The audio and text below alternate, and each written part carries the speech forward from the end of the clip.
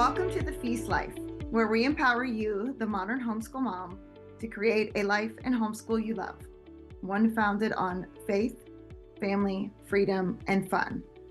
I'm your host, Julie Ross, creator of the award-winning homeschool curriculum, A Gentle Feast, and a certified Christian life coach. For more information on today's episode and to access my free gift for you, check out thefeastlife.me. Charlotte Mason once said, "Life should be all living, not a mere tedious passing of time." So on this show, we seek to savor the feast of life. Girl, grab your favorite beverage and pull up a chair. You are welcome at this table.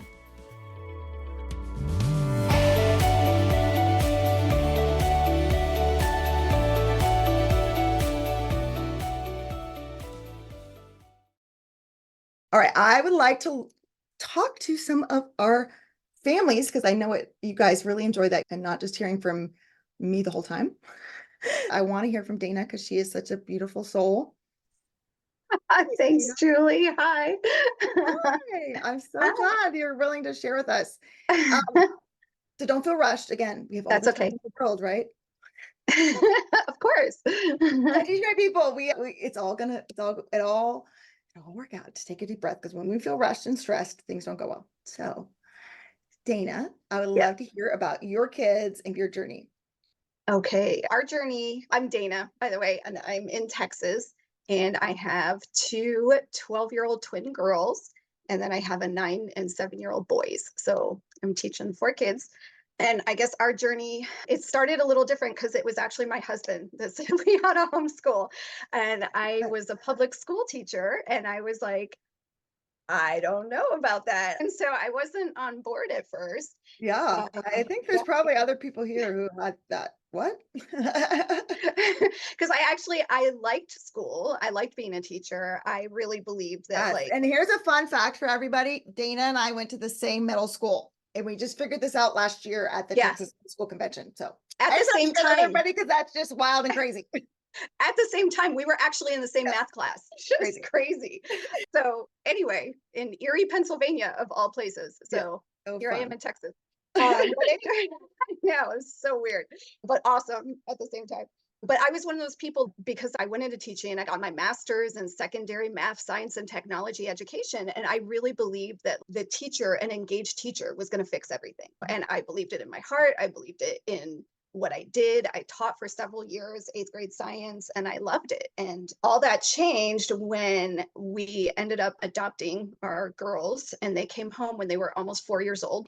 And I realized, like, my husband, his inkling to want to homeschool was absolutely true because we needed to learn how to be a family, and we needed to learn I needed to learn how to be a mom, and they needed to learn how to be kids and not go back into an institution. Right. It was a really obvious choice for us at that point in time. And I was like, okay, I want to homeschool. And I was like 100% on board.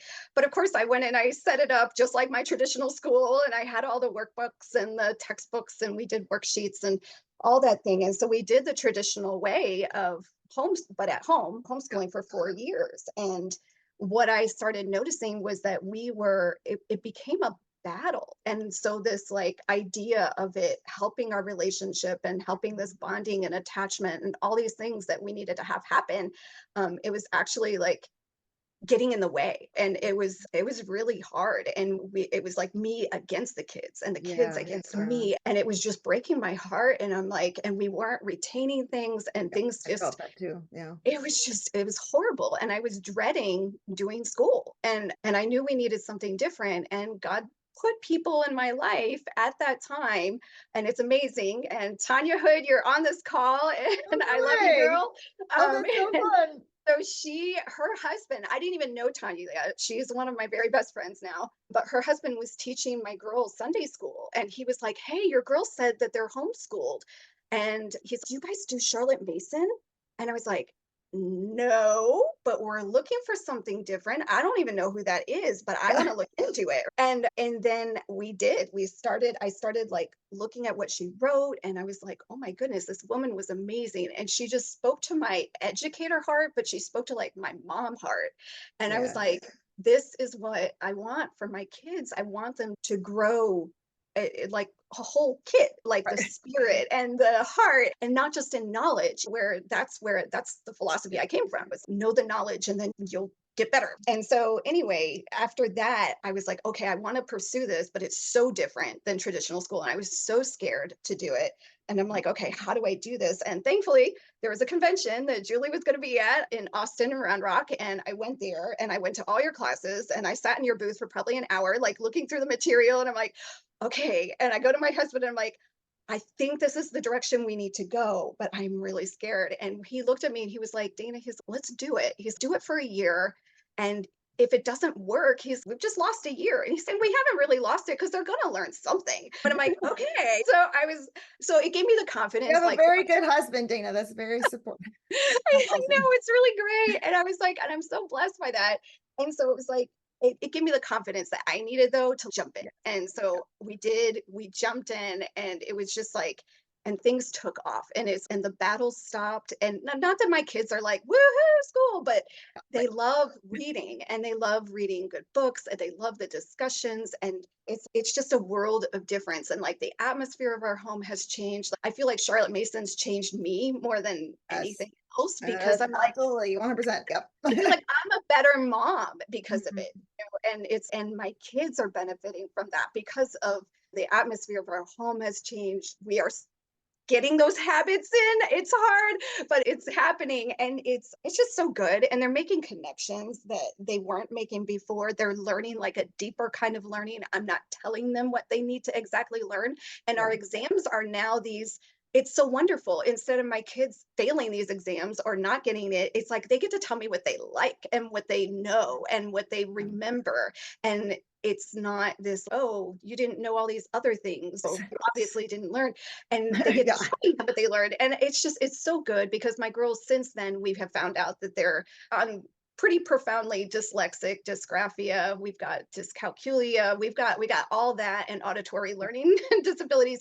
And so we've got a lot of things that we're struggling with, but they're able to tell me what they know and they're excited about that. And it's so good for their confidence because we need to build that up. And so it's just been really great. So we tweak and we do different things, but A Gentle Feast has really been like the backbone and the groundwork, and it helps us along and it helps me be able to do it. So it's been great. Oh my gosh, Dana, thank you so much. Everyone is thanking you in the chat for sharing. You're just have such a wonderful heart. And I just love that even though your kids may have these special gifts, right? And opportunities to grow. And the fact that, did you mention that they were adopted? Yeah. Okay. I just want to make sure people got that, like that you were working on this attachment with them and all these things, and that this allows that to happen and allows them to shine and build confidence in what they are good at. And we're talking about like the role of the teacher and the role of the student.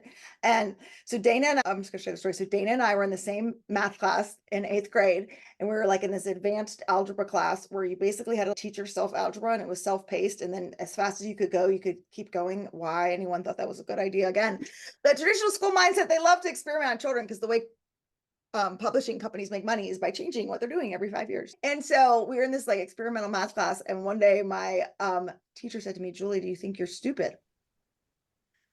And I was like, I don't think so. Like I just had asked her a question because I really didn't understand it. I was still trying to figure out. And that experience like affected my view of myself as a learner in math till I was 40 something years old. And so like we have such a gift that we're giving our children in the power of the words that we're saying to them and then building their confidence. If I could have gone into that math class, like you're saying, Dana, and be like, this is what I know. I know these things. And then the teacher was like, oh, wow, you know those things? That's fantastic. And then I could build upon that rather than constantly every day being shown all the things I don't know. Like that would have been so life-changing, right? Yeah. And you're going to give that gift, and you are giving that gift to your kids. That's so huge and will definitely change them as people. Thank you so much for sharing. You are amazing. And yes, I'm so grateful. Yes, I love hearing everybody's stories. It's so neat. And again, like everyone, and I hope that this is why I wanted people to come on and talk, because everybody's path doesn't look the same.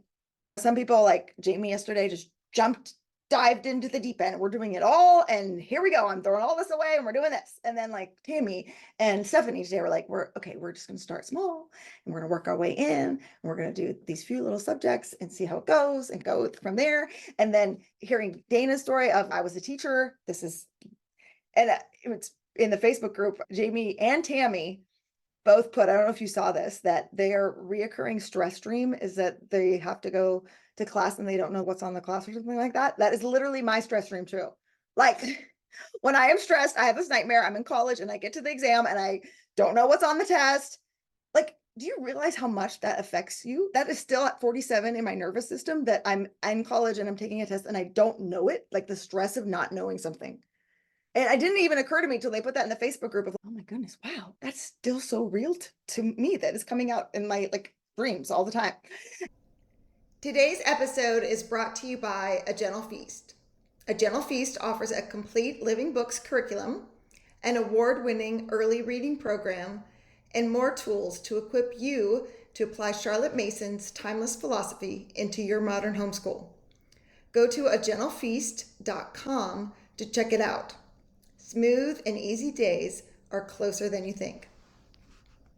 So Sarah, a lot of you I can see in the chat know you from our Facebook group and all the wonderful help that you give to so many people, and probably from Instagram too, if you want to share your Instagram handle, because I know it's different than your name. If you follow Sarah, it's Kindled Togetherness, right?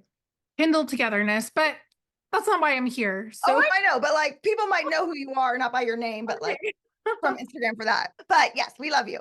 So what we've been talking about this week is like the traditional path of our modern educational system, and then choosing to do the gentle path and follow a Charlotte Mason approach. So I would just love to hear like your homeschool journey. Tell us about your amazing boys, their ages, and then just your process and journey of going along this different path. Yeah. So I have 3 sons and they are 11, 9, and 7. And I'm really grateful that I did get to start from the beginning with them.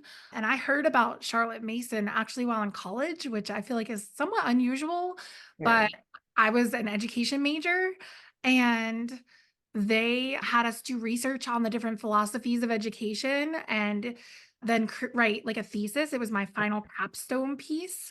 And I chose Charlotte Mason because I stumbled across her work and I was like, this is it. This is like the culmination of.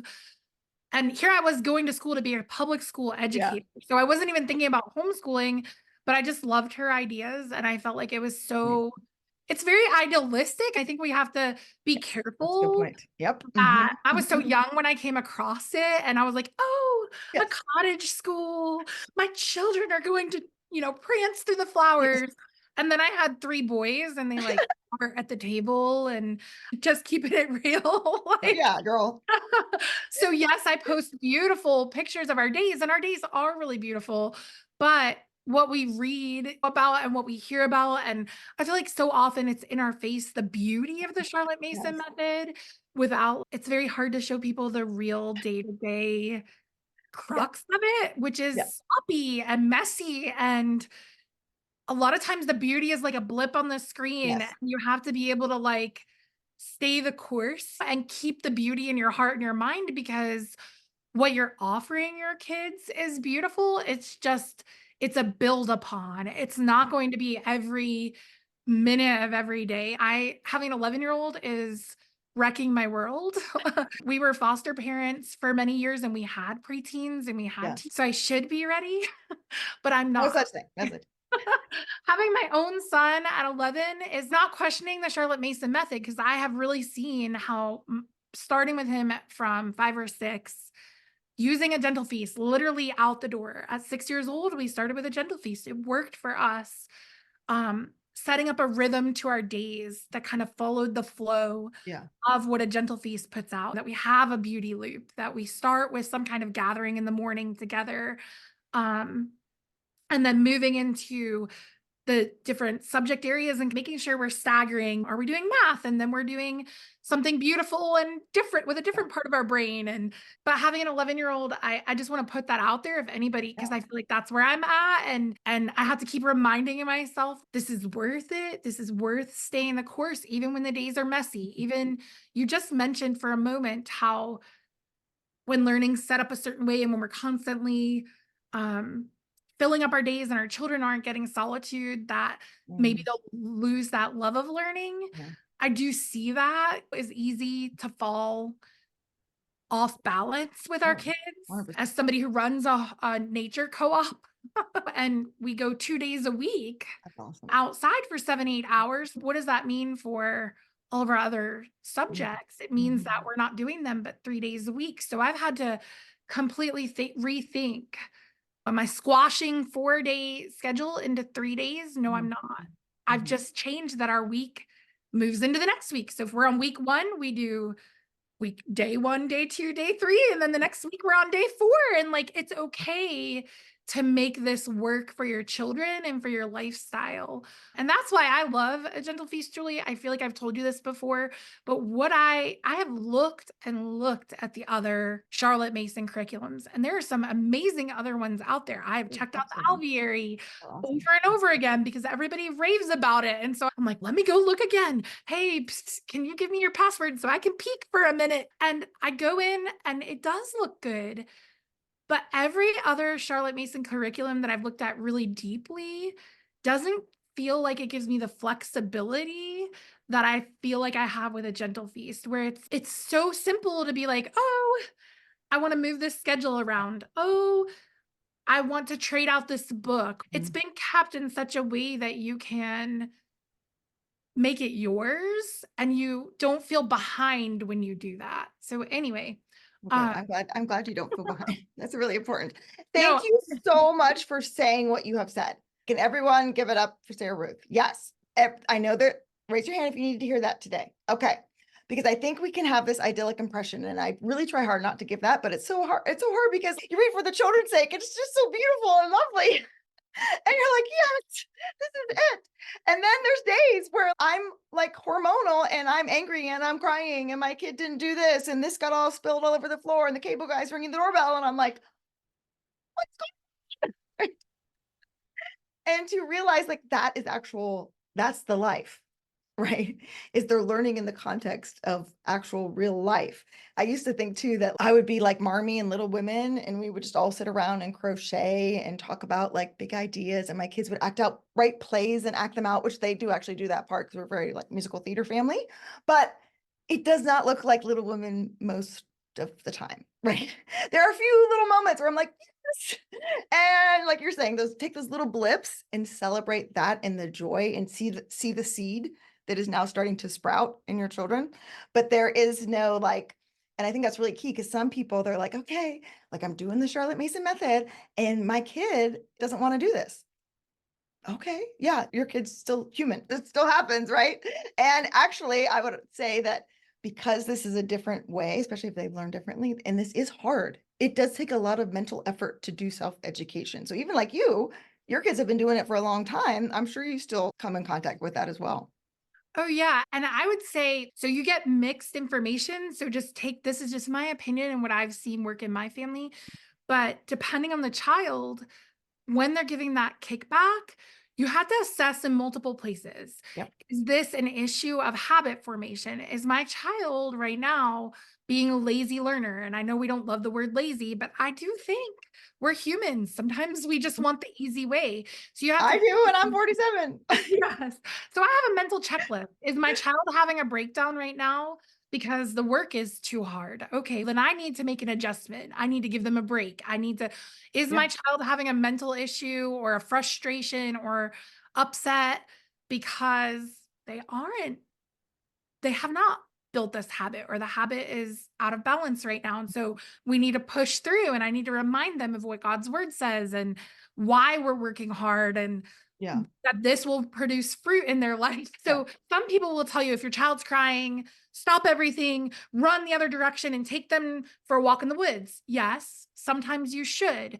My thought process is if my child is upset or pushing back a lot on something, it's time to pause and assess me. I don't have to tell my kid I'm pausing. I can send them to the bathroom or whatever, or tell them I need to go to the bathroom. It's a time for me to take a second and reflect. It doesn't necessarily mean we have to, I guess I want to kick back on I have heard a big narrative of if your kid's not loving everything you're doing, and if they're not happy at every turn in their lessons, then you're doing it wrong.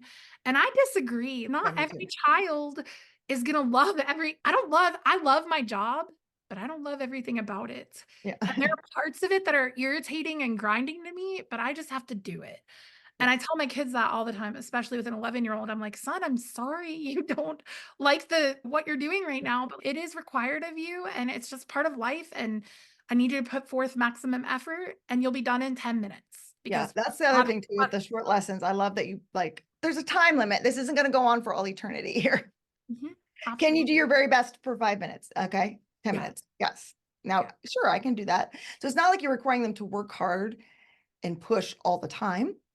And again, that's why these conversations are so important because it is nuance. But we love systems. Julie, can you give me a checklist of so when my child does this, I know that this is what's wrong and I can fix it. And that's not how it works. No. And again, it's just going back to, okay, what are Charlotte Mason's principles? What does she say about children? What does she say about me as a teacher? And being led by the divine teacher and figure out the nuance there. So do you have any closing thoughts for anybody who maybe is like considering this path or has maybe been homeschooling for a while and is just like, I would just say, I personally think reading Charlotte Mason's volumes slowly is probably your best bet. I know it's hard. And I know Julie has for the children's sake. So reading it more Mhm. quickly and pairing it with some Yeah. of Charlotte Mason's own words and less social media and more of actually learning the method on your own. So, not that Mhm. you can't have mentors or people that you're gleaning from, but I don't do it perfectly. I have adapted it for my family. And in order for you to internalize and apply the Yes. things that are good from what she has shared, you've got to read it. So I'm a big fan of suggesting put one of her volumes in your purse or in your bag, your diaper bag. And when you're at the park, read a paragraph or two and then put it away and just, that's that solitude thing. Yes. Think on it. It'll get in your heart and you'll find that you're naturally using it with your children. Internalizing her ideas, if you like an idea that Miss Mason presented or Julie has presented, or it's going to be about you reading it and then you thinking on it. And Yes. then you start to find that it's working its way into your everyday life. Yeah, 100% because it's not standardized. And so you do need to take the principles and do the hard work of your own self-education of working them out in your particular family. And so thank you so much for saying that. That is so key. I know there's so many people that need to hear that. And thank you for sharing your story and your journey with us. I Thank appreciate you you. And for Sarah, all. I want you to hear from one more person who is just the most adorable, who moderates the Facebook group. So you probably have seen her in there talking as well. Hey, April Ann. Hey, how are you? I'm great. Thank you so much for joining us. Thank you. I'm very happy to be here. So can you tell us about your family and your kids? And I know like their ages and all of that. Yeah, absolutely. We have 7 kids, 21 all the way down to 5, and we have always homeschooled. So my son is 21 and he graduated a couple years ago, and my second graduates in a week and a half. So super excited. Yay! Super busy time with all the Oh my gosh. graduates. Yeah. And so next year for May is so school, crazy. I'll have a junior, an 8th grader, a 6th grader, a 3rd grader, and a fresh kindergartner. Wow. So next year, all the forms.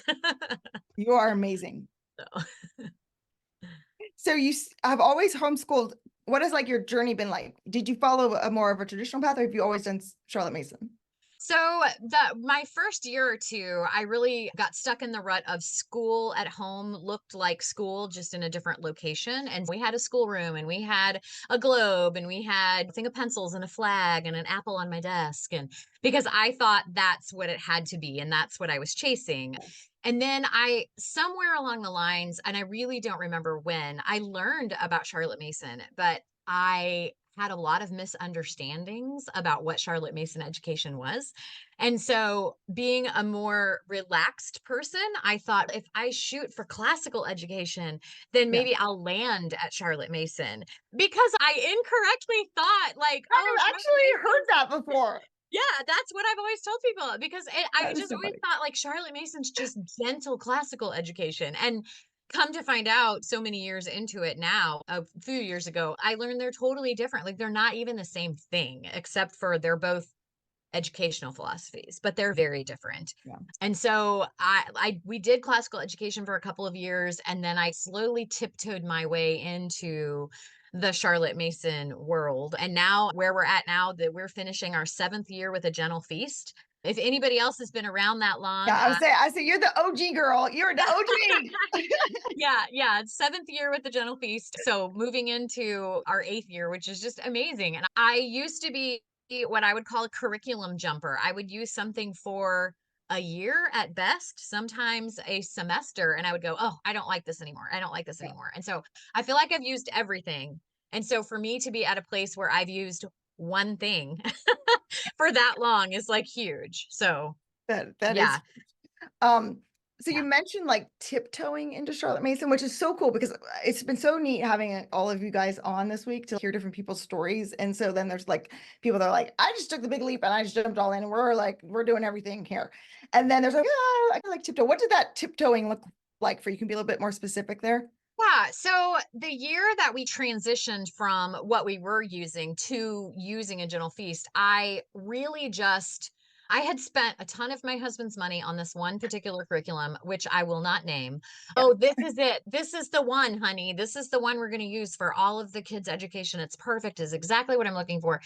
And then I got about a quarter of the way into the school year and went, this is horrible and not at all like what I thought. It was supposed to have the kids at different levels learning the same things. And I loved that family cohesion that it was supposed to provide, except for that was not there. And it was tons of worksheets, all of these ongoing projects that were supposed to last for years. And my brain was like, no, this is not even close to what I thought it was. And so I essentially put a Charlotte Mason spin on that book list because I had already spent all this money. So I spent a whole lot of money for a book list and spent the next 3/4 of our school year reading. Most of them were good living books, but I threw a couple out. I took a Charlotte Mason bent on that and I started using narration. Oral, it was all oral narration at that time because of the ages of my children. And it just made a huge difference.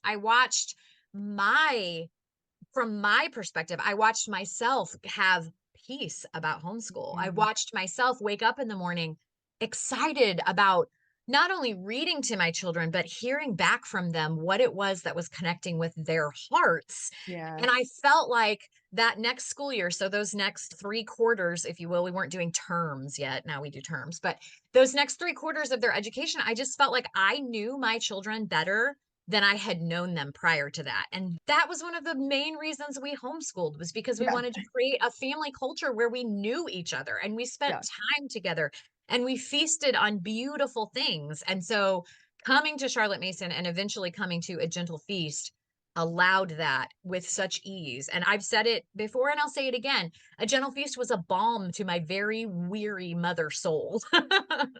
So yeah, we don't do everything that you have planned because I just couldn't with that many kids.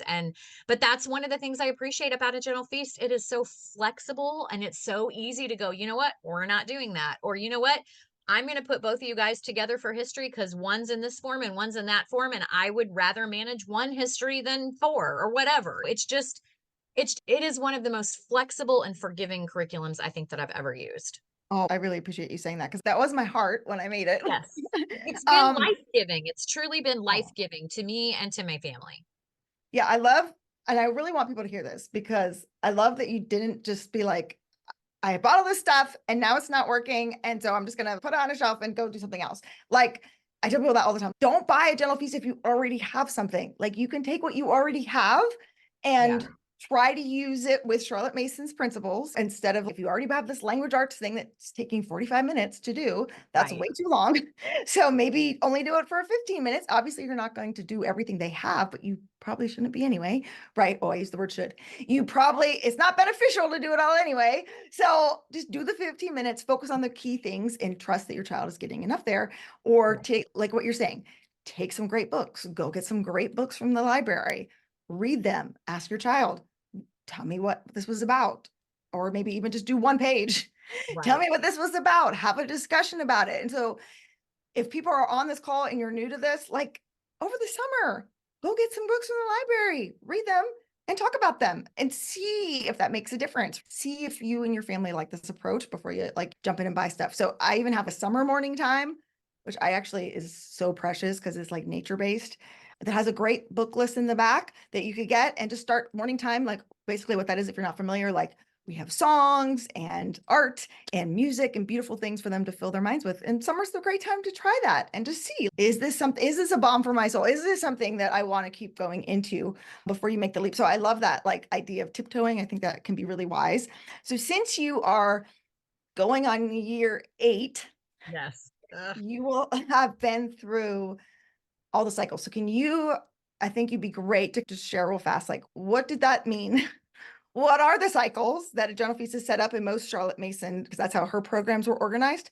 And then what have you seen as the benefit of doing history that way? Okay, so the cycle 1, 2, 3, 4 are their history-based cycles. Charlotte Mason felt like kids should know the history of their own country before they learn the history of other countries. And so 1st through 3rd grade only uses American history. It's all American history based, unless you're in Canada, and then it's Canadian history based. And then in 4th grade, a General Feast adds a stream of world or British history. And then in 5th grade, it adds an ancient history stream. And if you're new to Charlotte Mason, new to a General Feast, that you're like, what? We're doing 3 history streams? Like, that seems crazy. Shouldn't we stretch the hit? No, your kid can totally handle it. It is beautiful to see American history and world or British history lined up side by side as they go throughout history. And So it's they like literally been my favorite part. I was it's like, amazing. Like this. wait, George Washington and Mozart lived at the same time? I had no Right. idea. Yes, absolutely. And to see like how the different things in like how America was impacted by different things, like how did World War II impact America? And seeing those side by side is just beautiful. And it's brought up a lot of conversations, and I really feel like it's helped to develop our kids into citizens that realize that they're part of a globe and not just part of an America. Yeah. And I appreciate that they realize that the world is much bigger than we're in Indiana, their little town in Indiana. And that also that what we do as individuals really does have this ripple effect. It really does affect more than just ourselves. And that, I mean, that you can go lots of directions with that idea, but yeah. So now so you went through cycles 1, 2, 3, 4, and now you did cycles 1, 2, 3. I don't even know what you're on, but so what happens then when your kids are older? Can you talk about that? And so you studied let's just pick one, early explorers, right? Sure. Early Native American history. And then 4 years later, you did it again, they're older, so they're doing totally different books here. It's not like they're doing the same exact thing, but what was the benefit of studying that same time period again?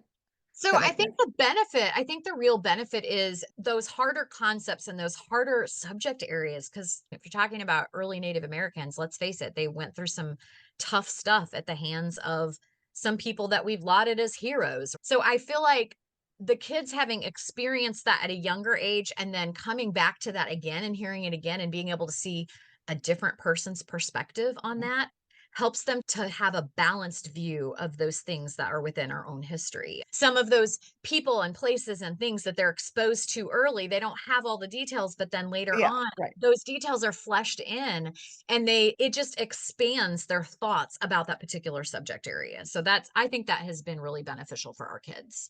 Yeah, it's one of the things I really love. And I just think it was so wise because it's not like you're going to learn this one time and then we're never going to talk about it ever again.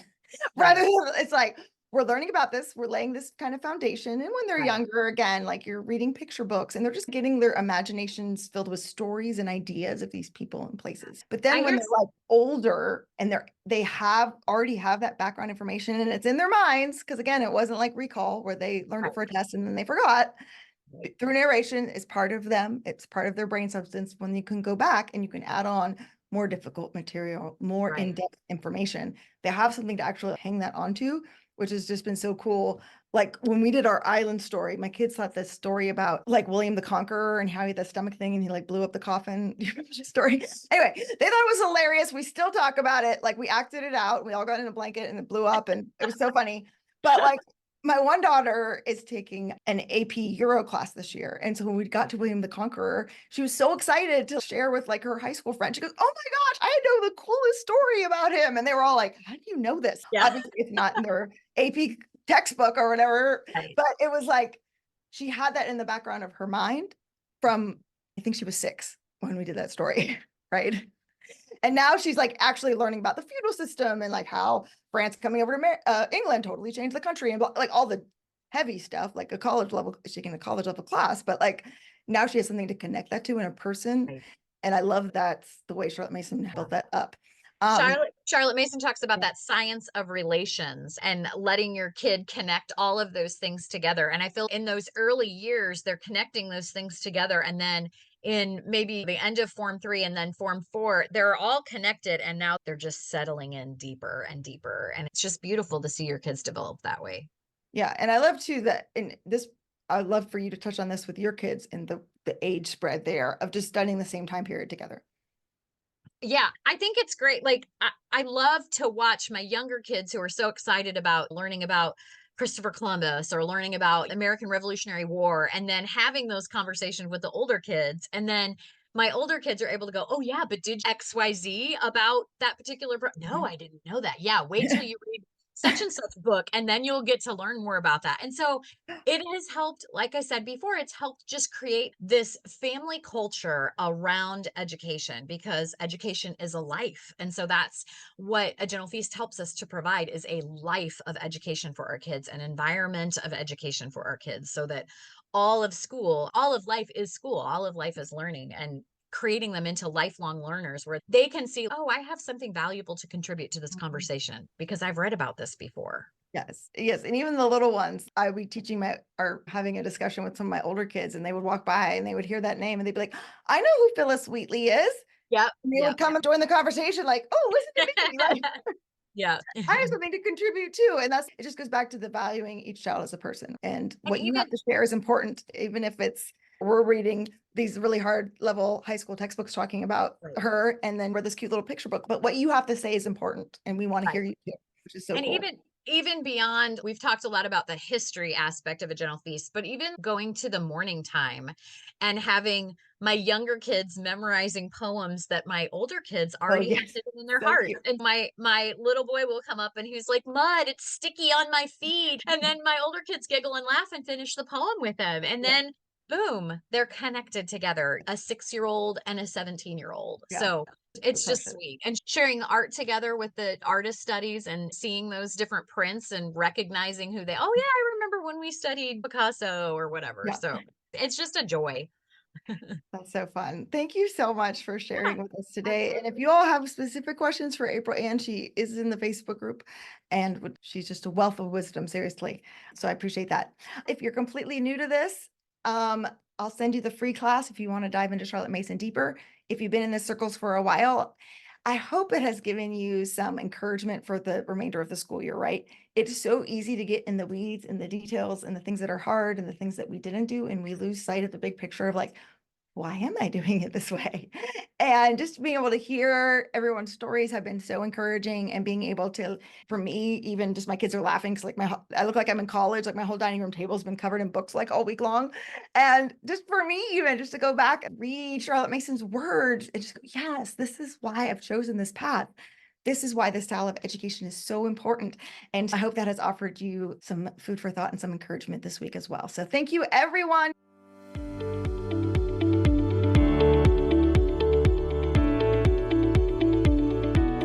There, Julie Ross here. I just wanted to say thank you for listening to today's episode. If you like this show, it would mean the world to me if you would leave a positive review in iTunes. This really does help people learn about the podcast. And each month I will pick a winner to receive a free gift.